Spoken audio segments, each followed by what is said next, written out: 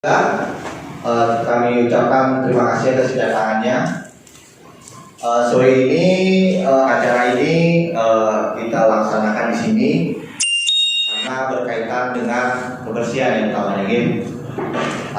Untuk penanganan kebersihan itu memang dimulai dari rumah. Kalau tidak dari rumah nampaknya agak berat.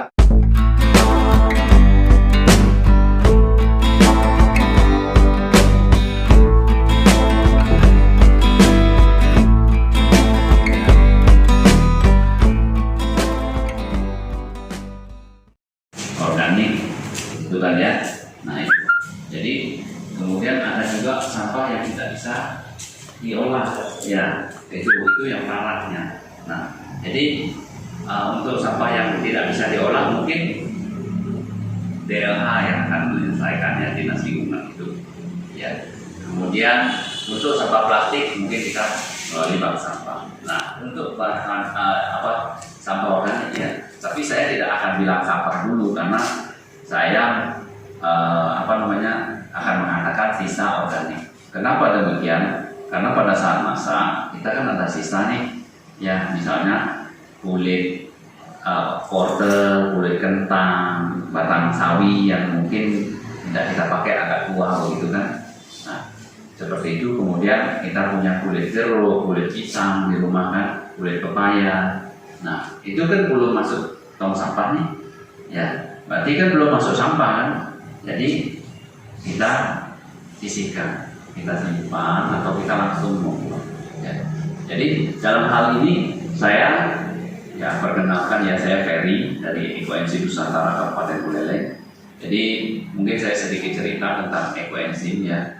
Jadi Ekoenzim Nusantara ini termasuk sudah ada di 27 provinsi ya. Jadi mungkin berapa provinsi lagi, jadi akan 34 provinsi ya. Nah sudah termasuk dari Aceh sampai ke Papua. Jadi tim kita sekarang juga ada di Papua untuk presentasi di sana di Freeport ya, karena Freeport menyambut baik kita.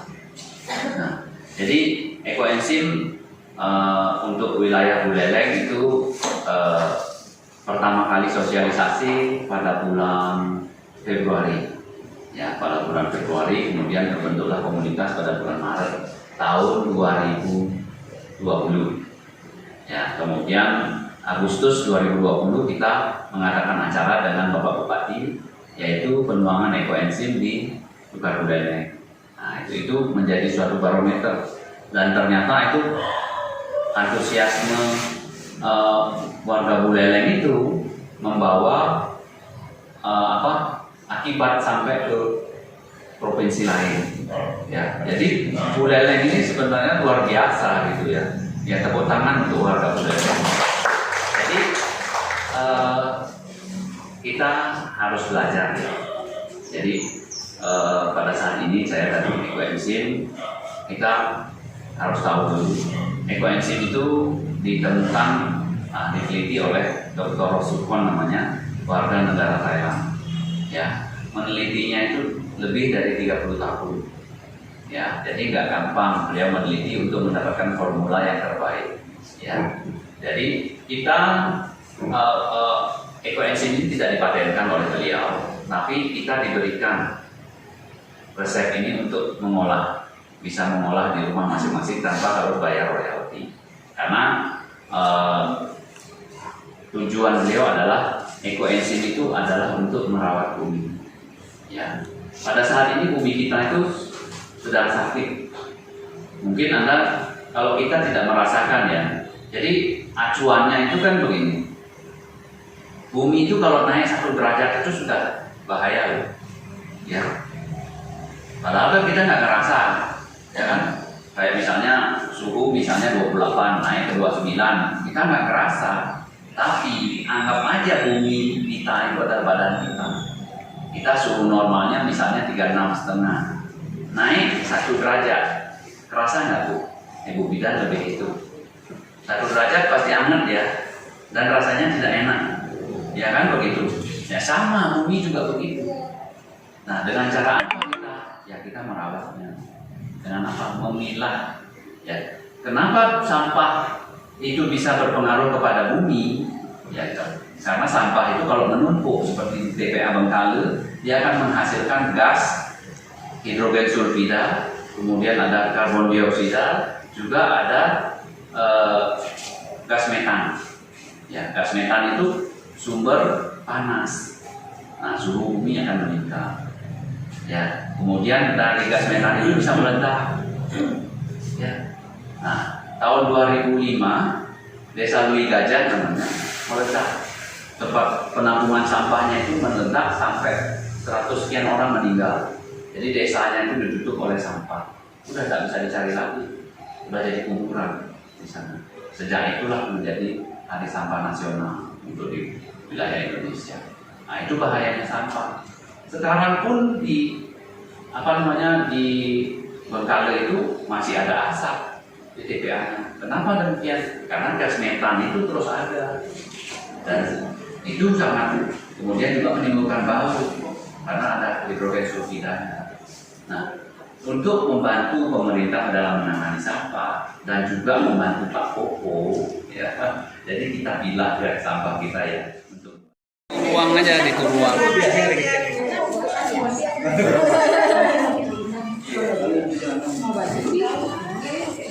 Jadi kalau ini apa aja, termasuk cabai ya masuk aja. Nah, nanti tabung komposternya ini Bu, yang ambil dari sini. Jadi nanti ini pakai empuk di. Nah, karena kemarin dia dapat informasi dari tim KBS, katanya mereka akan bikin perkebunan sayur di kantor Lula. Jadi entah di sini sama di depan mungkin sama di samping Bu. Jadi nanti untuk komposnya sama POC-nya nanti kita support dari Bank Sampah Bu. Oke. Nah. Nanti mau pakai equation Mbak. Kita mau bikin di gudang. Oke siap.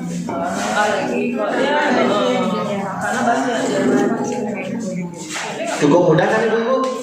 Nah, kalau nggak punya tabung yang seperti ini, seperti Pak Ferry, boleh yang bikin cairan Pak ya? Boleh. Jadi jangan yang penting bisa masuk ya. Bisa masuk. Plastik jangan. Tisu.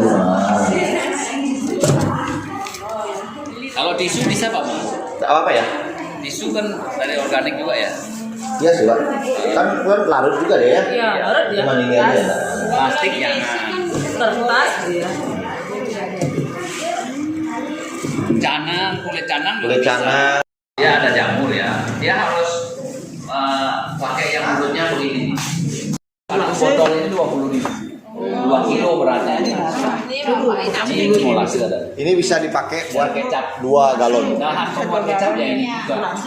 Ya. Nah, sapinya ada energi ya. Ya banyak yang teman-teman itu pakai campur di makanannya. Kalau babi itu begini bisa. Bisa. Ekoenzim itu untuk mengurangi bau daripada kandang babi juga bisa disemprotkan. Jadi kalau kita mau misalnya babi itu sehat ya, air yang untuk mandikan dia itu campur dulu dengan ekoenzim baru semprot badannya, semprot itu nanti limbahnya itu nggak terlalu bau. Virusnya tuh. Nah itu kemarin. Yang penting bisa masuk, goyang. Nggak jadi berkasih Pak. Terus goyang juga itu.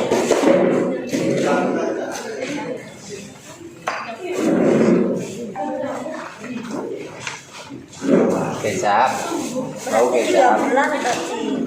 Ya, 3 bulan ininya ya. Bisa fermentasinya 3 bulan. 3 bulan. Ini Nggak boleh ditawar itu. Oh, berarti 3 bulan. Kalau lebih? Hah? Lebih tidak apa-apa.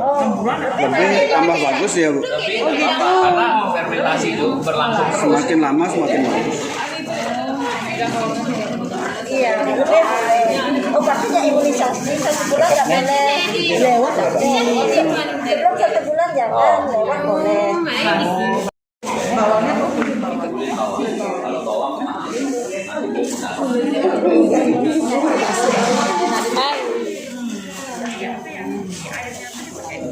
Kalau jelek bau